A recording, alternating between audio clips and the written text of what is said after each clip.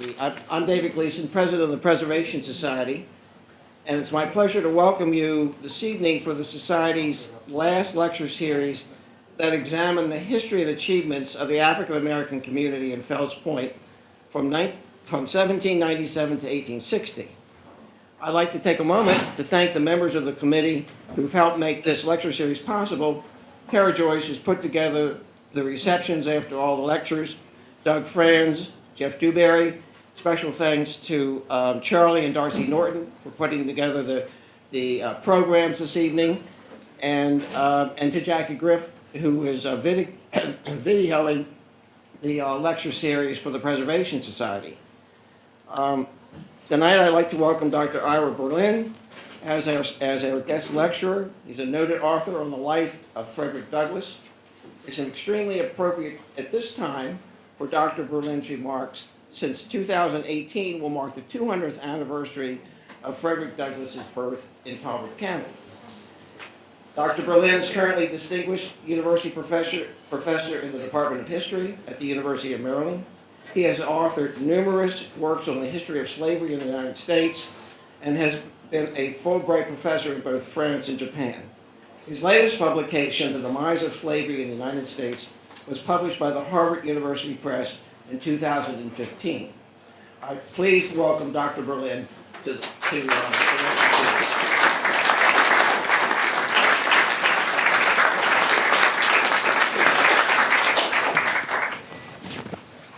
Thank you so much. Thank you. I'd like to thank David for inviting me, and I'd like to thank all of you for coming as well. This is, in fact, the 200th anniversary of Frederick Douglass's birth, coming up this year, 1818. Of course, we don't know that because Frederick Douglass told us in his first autobiography and repeated it in his two other autobiographies that he didn't know when he was born. But that, of course, doesn't stop us. We know when Frederick knew when he was born, and we know, of course, that Frederick Douglass was born in February, which is Black History Month. Frederick Douglass was precedent in that kind of way, and I am proud. I'm really very pleased to announce that the Congress of the United States has created a commission to study the bicentennial of Frederick Douglass's birth. One knows a little bit about our politics, so it's very hard to get almost anything through the House and the Senate, and becomes even harder to get the president to sign such a bill, but he has before he went off to Asia.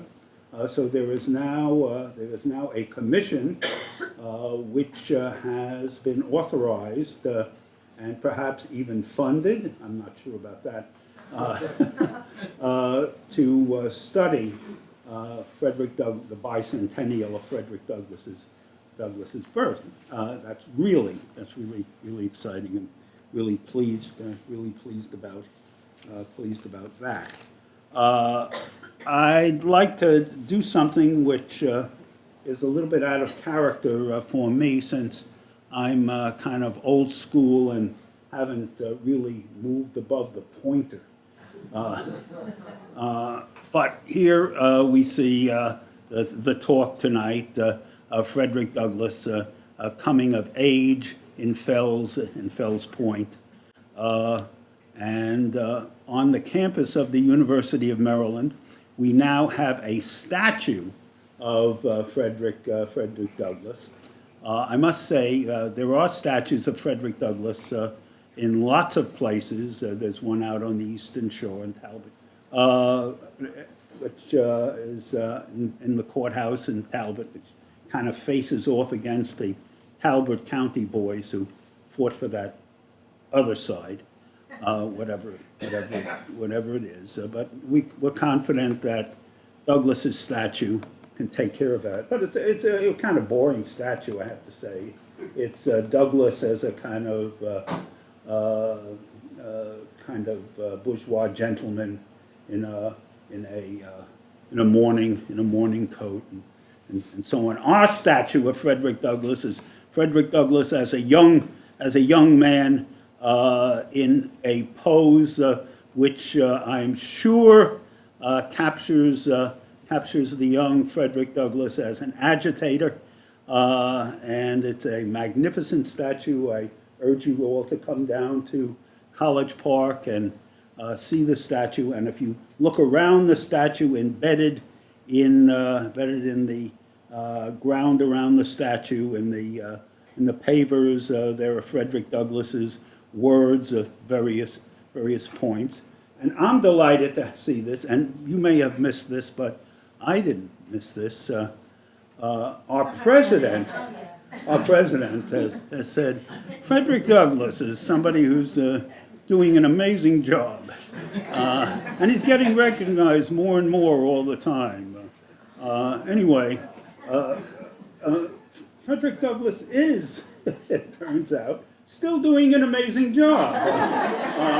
So we're pleased to have him on campus, and the students have embraced him. So whenever they have something to protest about or complain about, which these days seems more and more, not without reason, we know that Frederick Douglass is still doing a good job.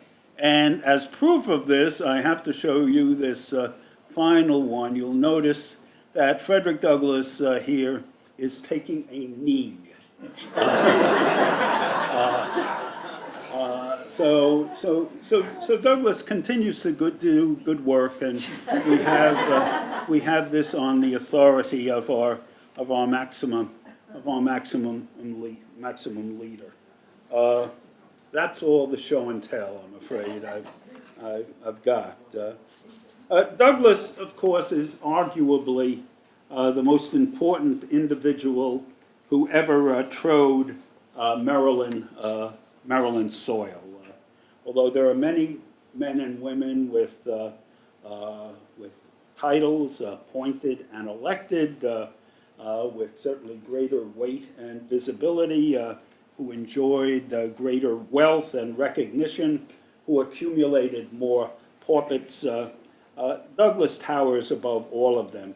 His importance goes beyond the conventional measures of historical recognition, for he, perhaps more than others, by his life and by his words, articulated the ideals and aspirations of the people of his native state, that's us, and ultimately the American people. This, of course, is true today when those ideals are being challenged. In fact, it's true really throughout American history whenever those ideals are challenged. Whenever things seem to be up for grabs, we kind of lean on Douglass. And this is true, of course, in the American Revolution, where the matter of racial equality and freedom were first debated. It's true during the years in the 19th century of the abolitionist slaveholder debates. It's true during the Civil War and the attempt to remake American society after the Civil War, in that period we call Reconstruction, in the reformation of race at the end of the 19th century, in the long slog to de jure civil rights during the 20th century. And today, when our moral compass seems to have gone astray and we seem to have somehow lost our way, Frederick Douglass comes to our rescue. He's that important. Douglass's life has many, many parts. Most of them are well known, probably especially to the group in this room. Douglass was born on the eastern shore of Maryland. He was owned by Aaron Anthony, the overseer on the Lloyd plantation. He spent his first years in the shadow of the Lloyd's great house when he is a young man, with the aid of his wife-to-be, Anna Murray, he escapes to the north, and in New York they married, and they were sent even further north to New Bedford, that abolitionist Gibraltar, in the southern part of Massachusetts. He then learned about the organized movement against slavery. He became part of that movement. He spent the next 30 years in the service of the anti-slavery cause, rising from an itinerant lecturer to one of the movement's central figure, the author of two best-selling volumes on his own life, the editor of the North Star, a leading abolitionist newspaper, a spokesman for the opposition to slavery on both sides of the Atlantic. During the Civil War, Douglass recruited black men for the first regiments of black soldiers, and then for the USCT, United States Colored Troops, which became the backbone of the some 180 black men who, according to Abraham Lincoln and many others, helped secure that Union victory. Now, Douglass's service elevated him in the eyes of the nation, but most certainly in the eyes of the Republican Party. He became the founding fathers of what has been called the Second American Republic. That is that nation which comes out of the Civil War having given what Lincoln called a new birth to freedom, and which was given a more solid form in the 13th, 14th, and 15th Amendments. Douglass served this new republic as ambassador to Haiti for a while. He's Marshal of the District of Columbia. He becomes a spokesman for the Republican Party and the connection, the kind of glue which connects the party's black and abolitionist constituency to a party which was becoming, at the end of the 19th century, increasingly lily white. For his extraordinary speaking ability, he would gain the title of Old Man Eloquent. The strength of Douglass's oratory rested not so much on how he spoke, but what he had to say. He demanded freedom for slaves. He demanded equality for women, for Native Americans, for immigrants, for working people generally. No one better defended the core beliefs of the American nationality, more harshly critiqued the violations of those principles. He demanded an active participatory democracy and was not shy about practicing what he preached. Douglass would die in 1895 at age 77, having lived from the Republican Party of Thomas Jefferson to the Republican Party of William McKinley. He had witnessed during his lifetime the success of emancipation, the failure to create an interracial democracy during Reconstruction. He had witnessed the transformation of the United States from a nation of farmers to a nation of factory workers, where immigrants, not enslaved people, where immigrant wage workers drove the economy, shaped the culture, and helped formulate the ideals of the American people. From that broad perspective, it's hard to imagine what were the crucial events that shaped Douglass's life. There were so many. But tonight I would like to make the case for the period between 1825 and 1838, which he spent in Fells Point, where he learned to read and write, where he learned to speak publicly and prepare himself for manhood, that physical and psychological epic battle with the slave breaker Edward Covey, which will clearly become the central event in our motion picture of Frederick Douglass's life. So we're looking, if we have somebody here who's willing to play Douglass, we also need somebody to play Covey. We all have our favorites of who exactly will do it. In any case, that moment where Douglass says he comes of age, and to make the argument that Douglass, the man, Douglass, the husband, the father, the American icon, learned a good deal in those years he was in Fells Point.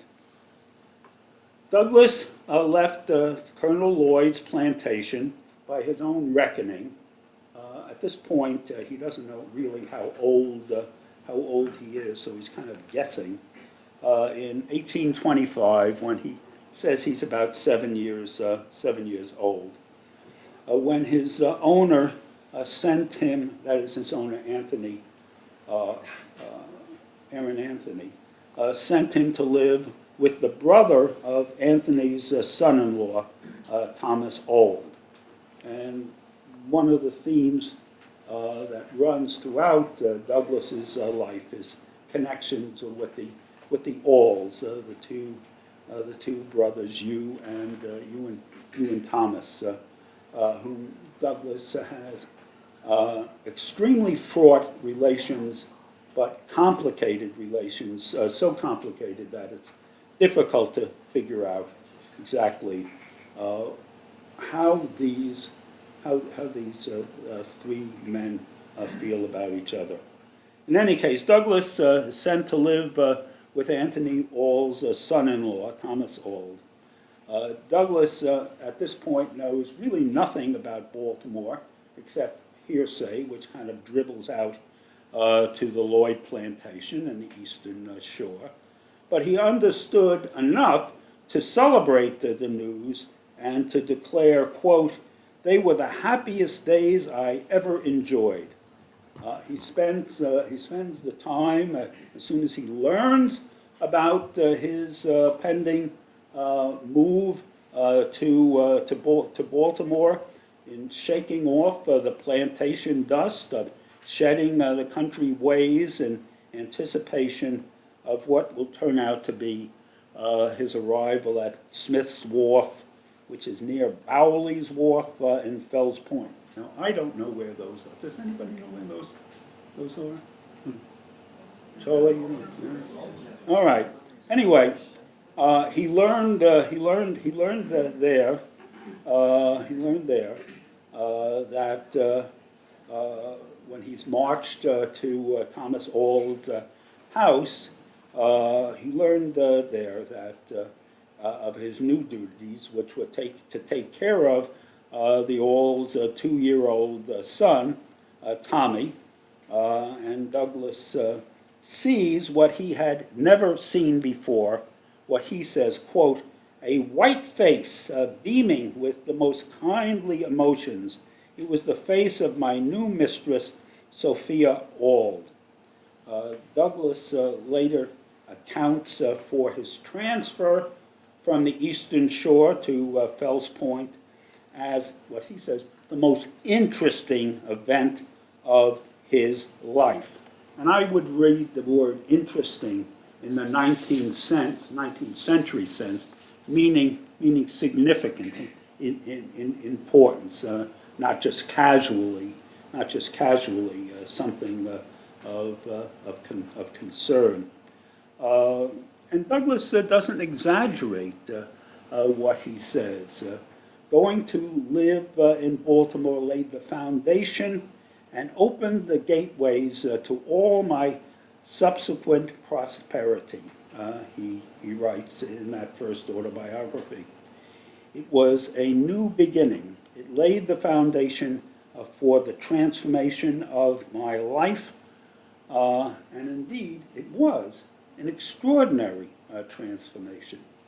Now, the key to this change was Mrs. Auld, Sophia Auld, who was introducing Douglass to this new world. This white woman, like none other than Douglass had ever known, did not come from a slaveholding family. She herself had been a weaver, a handloom weaver. And if we know anything about handloom weavers in the 19th century, they were at the bottom of the barrel of trades people. Weaving was being replaced by a whole variety of mechanical inventions, and weavers were being put out of business for all over the Atlantic world. So Mrs. Auld is coming from a trade which is marginal at the best. But somehow she sees in young Fred something special, and she sets about teaching him to read as she was teaching her own son, Tommy. Proud of her accomplishment, Mrs. Auld, Sophia, told her husband, and he, as it turns out, of course, was less than pleased. Not only was unlawful, he told her, but he added that teaching a nigger to read was simply bad policy. If you give a nigger an inch, he will take an L. A nigger should know nothing but to obey his master, says Thomas Auld.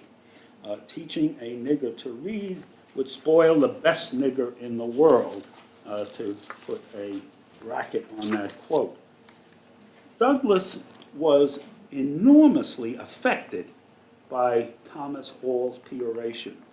He now understood the power whites enjoyed over blacks. These words, he writes, sank deeply into my heart.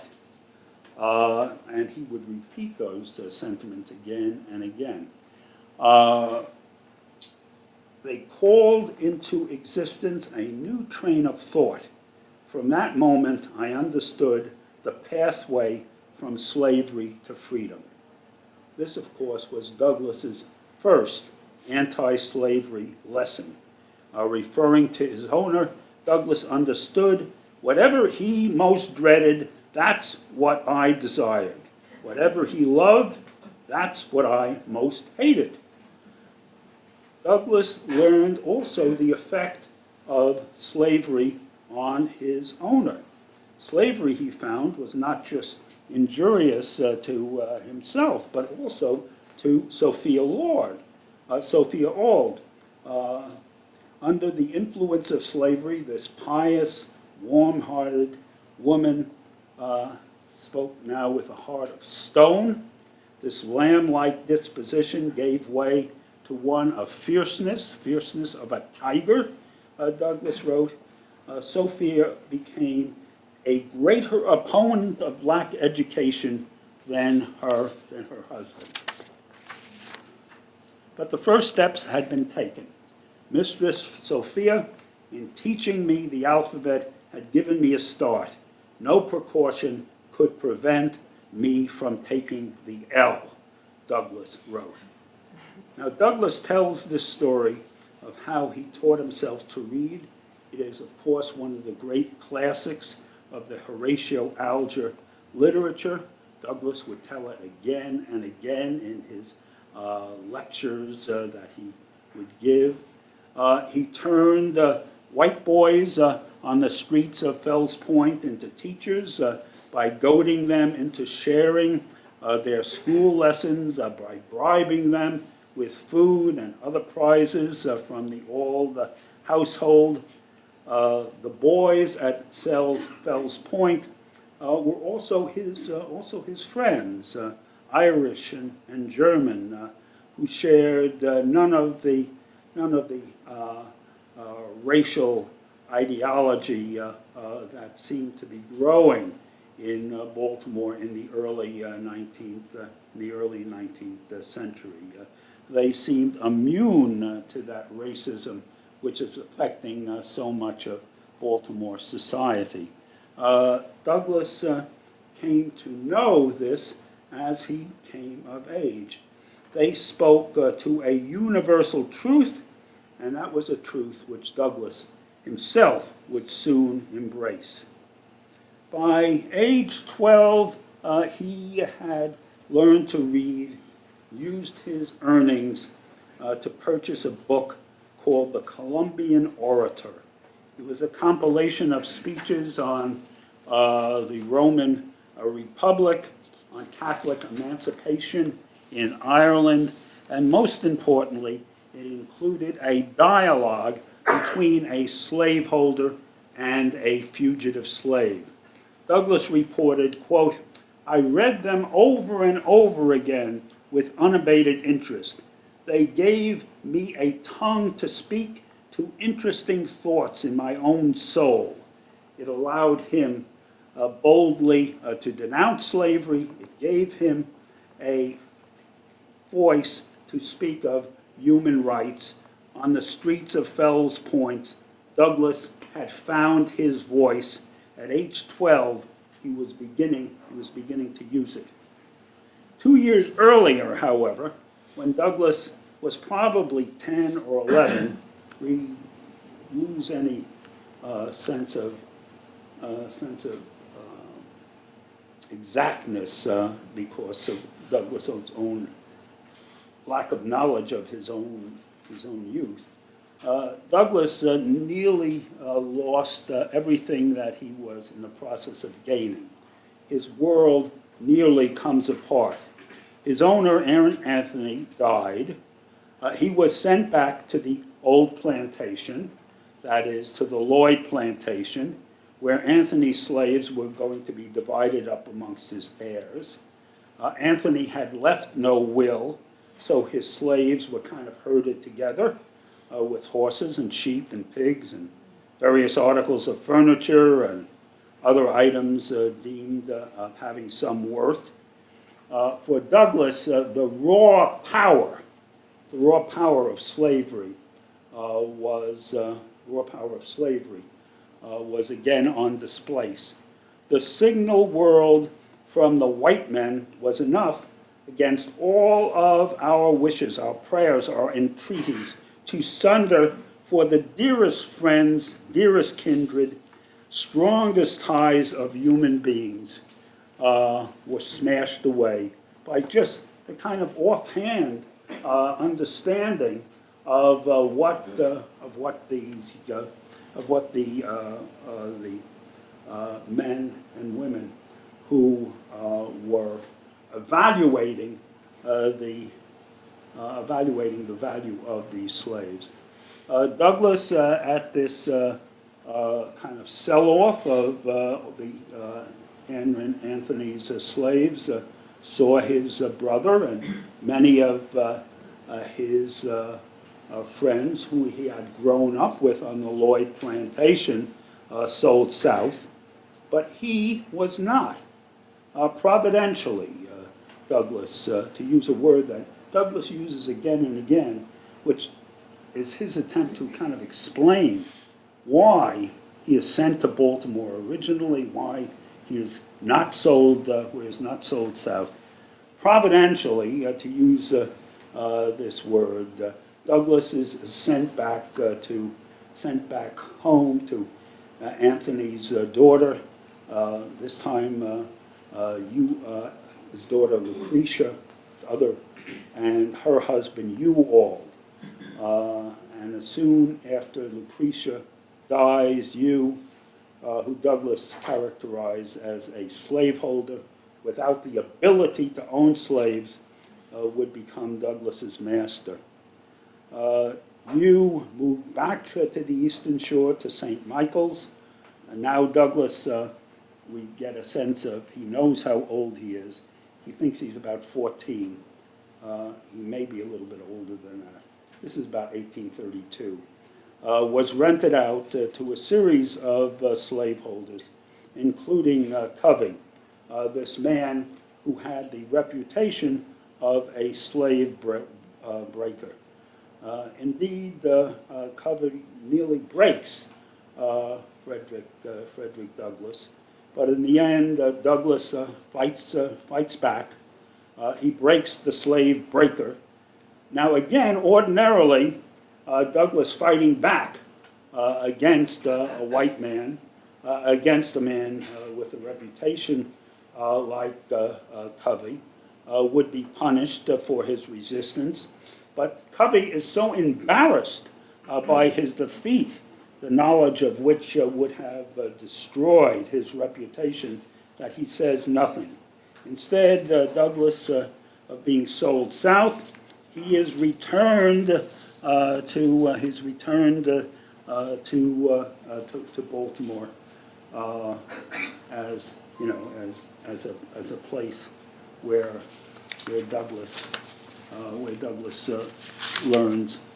has learned to read, where he knows something of the terrain.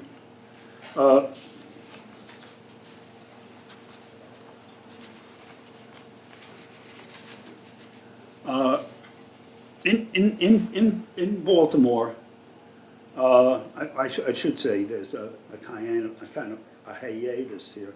On the Eastern Shore, Douglass is involved in a whole variety of events which can only get him into trouble.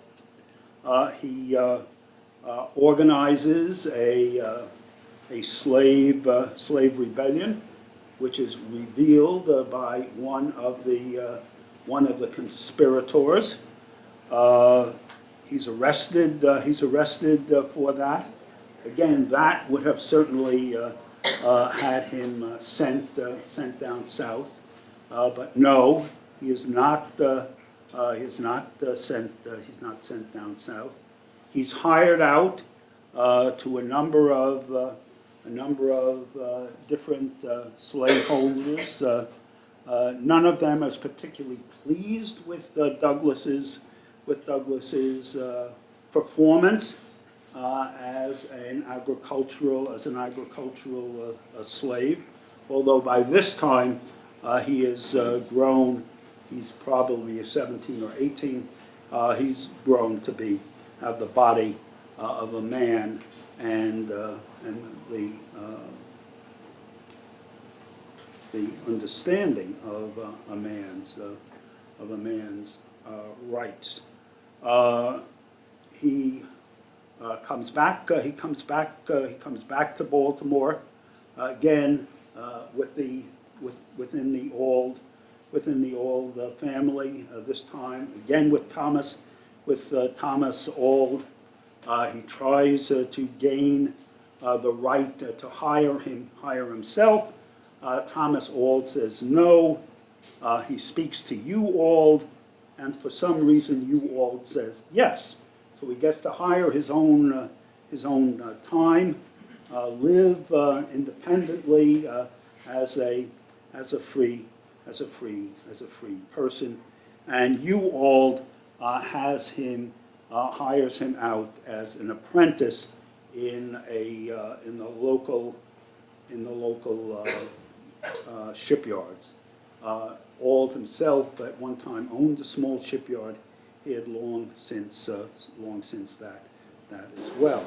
As an apprentice in the shipyard, Douglass is learning the trade of caulker, and he's also getting an experience working alongside white workers who decide not to work alongside black workers, to strike and riot when black workers are there. Douglass engages in a fight with these white workers. He's can take on them individually, but when they gang up on him, he's laid low. He stumbles back to the Auld household. The Aulds are distressed to see him beaten bloody. They will eventually find another place for him to work. But here Douglass is learning something else about about the nature of relationships in Fells Point. If he found friendship amongst the boys of Fells Point, he certainly finds none such as those among the apprentices, white apprentices with whom he's working side by side. By the end of the 1830s, Douglass has pretty much decided he's got to get out of there. His hunger for freedom is growing. In 1842, he, in the guise of a sailor, with the papers of a sailor which allow him to travel freely, he gets on a train, the Baltimore train station, gets off in Philadelphia and then New York, and he's northwards towards freedom. We can ask, what exactly does Douglass take with him? What has he learned in Fells Point, which will inform his later life? I would think that one of the big lessons, of course, have to do with education. And in his address, which he gives, Douglass's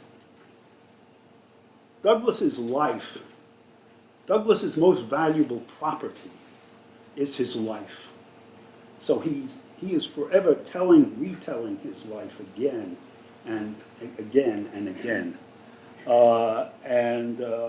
There are many stories that come out of this, and in some ways, one of the things that Douglass scholars do, or real Douglass scholars do, is they take all of these various edifications of Douglass's in his 3 autobiographies, in his various speeches, in his letters, kind of put them together and try to see where they change. And in seeing where they change, they can kind of puzzle out how Douglass is thinking about things. But education is a big theme. He gives an address on education. That's one of his kind of standard speeches in which he says, he leads off, education is emancipation. For Douglass, freedom comes with education. Learning to read and write, learning those speeches in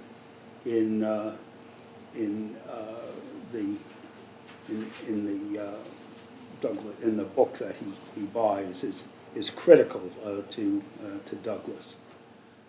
Douglass also learns, I think, in Fells Point, the universality of freedom, the wholeness of freedom. Or as he puts it, no man can put a chain around the ankle of his fellow man without finding the other end fastened to his own neck. Douglass is understanding that if you are going to enslave people, then you yourself will become enslaved. The example of Sophia Old, the example of Thomas and you all, the example probably of his own master. He doesn't really know very well, or doesn't like him very well either. Douglass also, leaves the Eastern Shore with this notion that struggle, and it's that notion of struggle which Douglass becomes best known. If there is no struggle, there will be no progress. Those who profess to favor freedom and yet depreciate agitation are men who want crops without plowing up the ground. They want rain without thunder and lightning. They want oceans without the awful roar and the many waters. The struggle may be a moral one, it may be a physical one, or it may be both, moral and physical. But it is most important that it is struggle. Power will concede nothing without demand. It never did, and it never will. Douglass certainly takes that north from his experience in Fells Point as well. And finally, of course, you know, there is the sense of the process, the lonely process of self-education, the lonely process of reading the Columbian Orator again and again, the joining together of the street urchins of Baltimore, the confrontation with the white caulkers and the shipyards of Baltimore.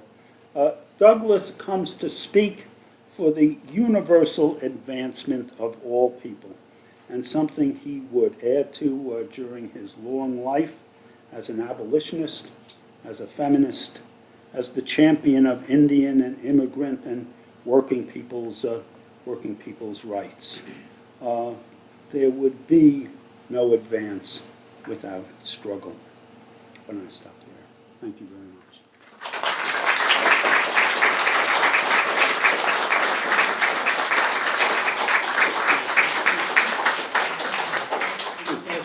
Questions, if anybody has questions? Yes. I'm not, in our society, I can't imagine a child being taken at the age of 7 away from his family and taken to a new location many miles away from strangers. And I wonder if he talks about in his autobiography of being separate from his parents. Well, Douglass, of course, doesn't know his father and has no knowledge of who his father is, although he spends a good part of his life trying to figure that and eventually gives up. He does know his mother, and his mother will walk across many fields to stay with him, put him to sleep, and he'll wake up and she'll be gone. The person who's most connected to Frederick Douglass is his grandmother, and it's his grandmother who takes the 7-year-old by the hand, drags him several miles from the place where he's living. And I think we now know that place where he's living, thanks to some work by my colleague, the anthropologist Mark Leone. Drags him, one can almost see this woman with her fast step and the 7-year-old just kind of being dragged behind, and then is left literally in this big plantation, house, the Lloyd's plantation. Now, the Lloyd plantation house is still being lived in by descendants of the Lloyd family after some 20 generations. So we have a sense of that. And the same house is there.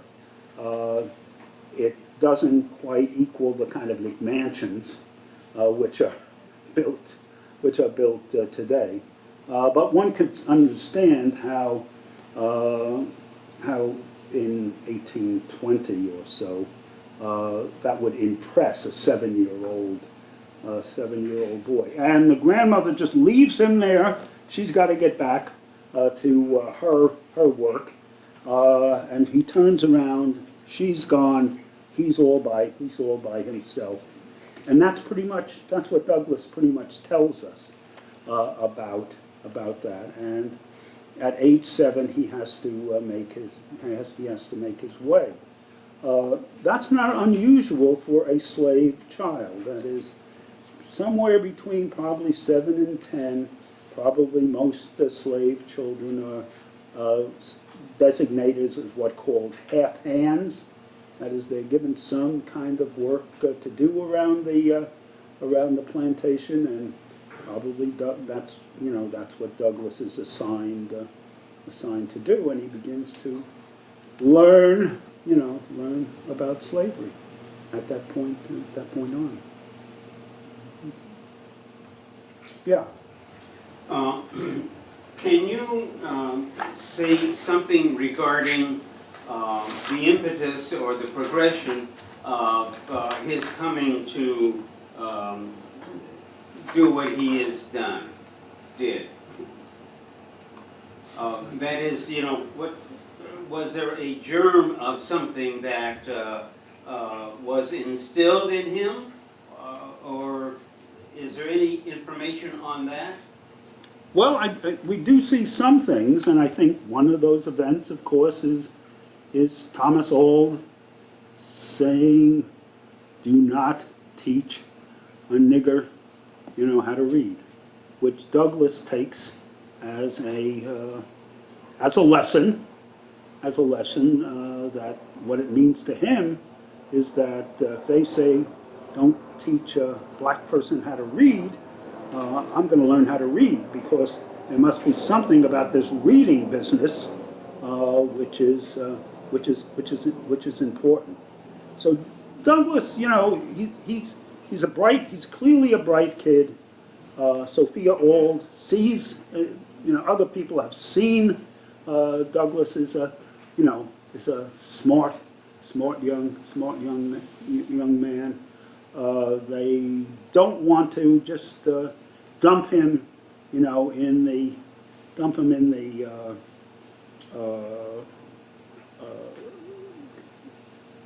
kind of plantation basis. So and he begins to put these things together, and I think that's the first one. I think Douglass's first anti-slavery lesson is, take what he says, turn it upside down, because that's what I want to, that's how I'm going to get myself out of here. And education is key. And then he's really going to spend, the next 5 years, learning how to read, learning how to write, and with the Columbian Order, learning some of the ideals which are critical in a republic, which he reflects back onto ancient Rome. Yeah. So with the formative years, and I'm curious as well, and maybe you covered this, but if a child's mind is shaped most up until about the age of 7, roughly, but he spends most of his time with his mother and his grandmother, what was his relationship with his mother and grandmother up to the point that he was taken to a new plantation to continue his period of enslavement?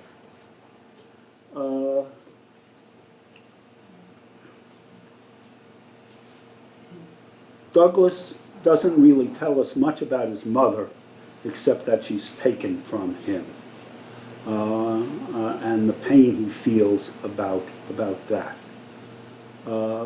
Douglass tells us a good deal about his grandmother. She is the kind of progenitor of the entire family. When Anthony Auld dies and they're taken out for this kind of grand fire sale of slaves on the Lloyd plantation, Douglass's grandmother, who's very old at that point, is literally given a shack at the far end of the plantation and sent out there. She's not of any use to anybody, any white planter, but literally he lists all of her children and her grandchildren who are sold away. So this woman who has literally birthed a whole generation of Douglass's family is just kind of sees them discarded. Now, this pains Douglass enormously, and he'll talk about this, again and again and again, how his grandmother has been misused, how she has done enormously good service, to the Lloyds and to Anthony, Aaron Anthony, but is given nothing. Is given nothing for that, and is left alone on the fag end of this plantation to die, with nobody really caring for her.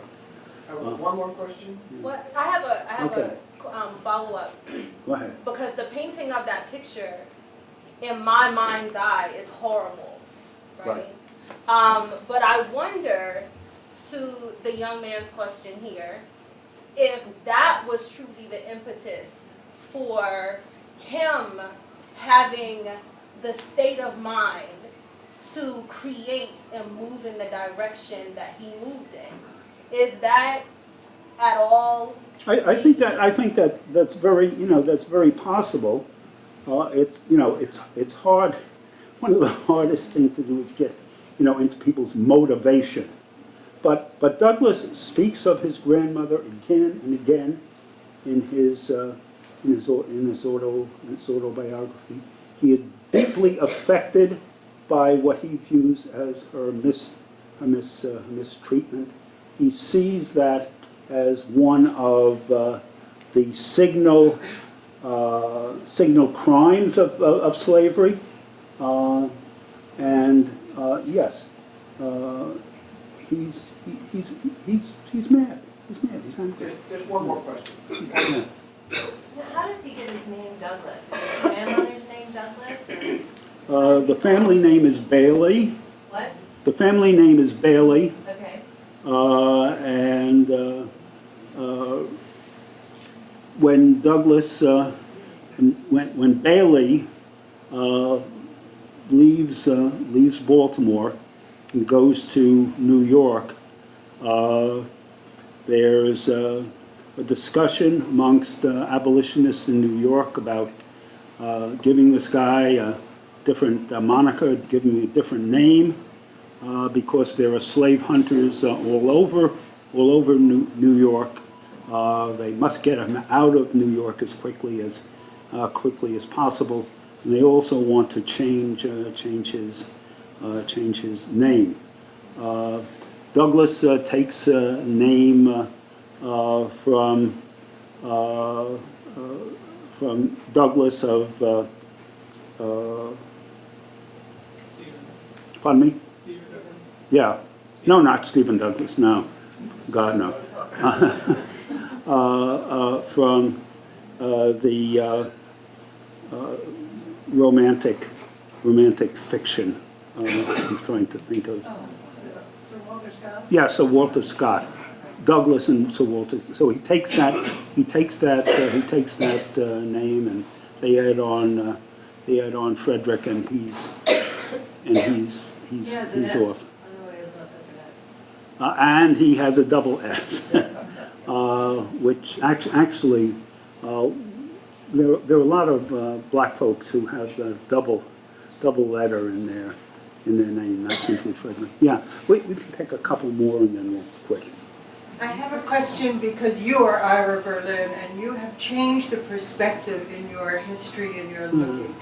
In other words, all of the history that we have been taught has been so much from the perspective of the white plantation owner. And your career, your work has been so good at looking at it from the dispossessed side of it. So this question is much more broad than Douglas, but permit me as a burning question. The redefinition of something I need. The word carpetbagger Right. that is used after the Civil Right. War, how would the carpetbagger be seen in your perspective? Carpetbaggers are literally people who come south to help remake the South. There are black carpetbaggers and white carpetbaggers. They're interested during Reconstruction of recreating this attempt to create a interracial democracy, which we call Reconstruction. We know it fails. But nonetheless, those people are deeply engaged in that process. Get a bad reputation, but nonetheless, most of them are trying to do good stuff. Thank you. Yeah. Did Frederick Douglass have a connection with the rather large free black population in Baltimore City during this time period? Not very much, or not very much that he talks about. In fact, it's one of the, you kind of search. Baltimore has the largest free black population in the world, in the United States, largest urban free black population, and a very complex population, different classes and different religious groups and different occupational groups and so on. Douglass doesn't really seem to have much to do with them. And it's clear he does not see, his ambition is not to become one of them, to become a free black in Baltimore. His ambition is to get out of Baltimore, to get into free territory. And as soon as he can do that, he and Anna Murray work out a scheme which allows him to do that. Okay, now we'll take like one more, yeah. I came in on the tail end of the election. Well, I'm ready to give it again. But I did pick up on the part where you said his biggest lesson, Frederick Douglass's biggest lesson and takeaway from Baltimore and Fells Point would be to be educated, that education is important. But before you said that, you talked about how, as an apprentice, being taught how to caulk, he was discriminated against and then jumped and beat up. Mm-hmm. So I'm confused on how one can come to the conclusion that his biggest takeaway being ran out of Baltimore and Fells Point is that somehow being educated or more educated would alleviate racism. And I didn't catch who actually said, never teach a nigger how to read. But I think that statement speaks to what Frederick Douglass says, the one who's trying to put the shackle on the ankle actually has the shackle around his neck. And I don't think it has anything to do with the one that the person is enslaving, but I think it has to do with the mentality of the enslaver. But back to my question is, how do you come to the conclusion that education is his biggest takeaway from leaving Baltimore when he ran out of Baltimore by being attacked? Yeah, Douglass has a lot of experiences, and like every black person in Baltimore, I'm sure in the 1820s and 1830s, a lot of them were contradictory. So as Douglass is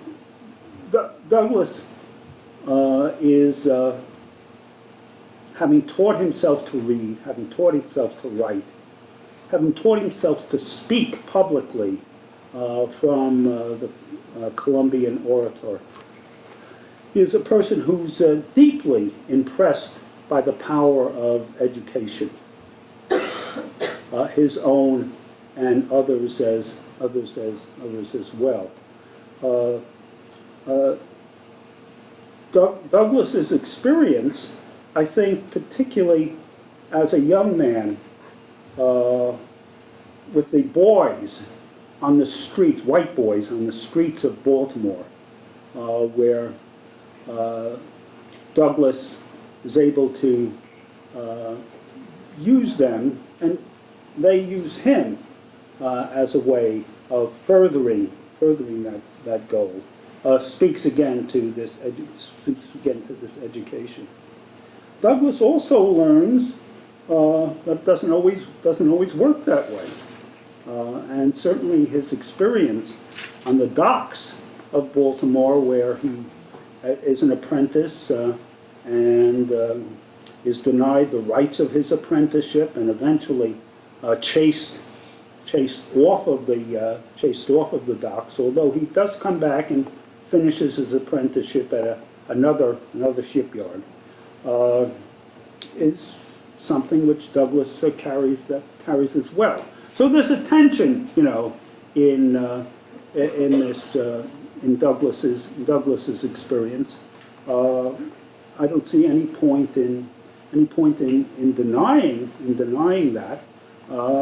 Douglass, Baltimore was a big city. It had a big black population, and it was a city which was, by the 1830s, one could say, if anybody lived in Baltimore in 1830 and didn't see the handwriting on the wall, didn't see that slavery was disappearing, that it's just a matter of time, was certainly missing something. And Douglass was certainly not somebody to not see what the future was going to bring. Thank you all. I'll be happy to answer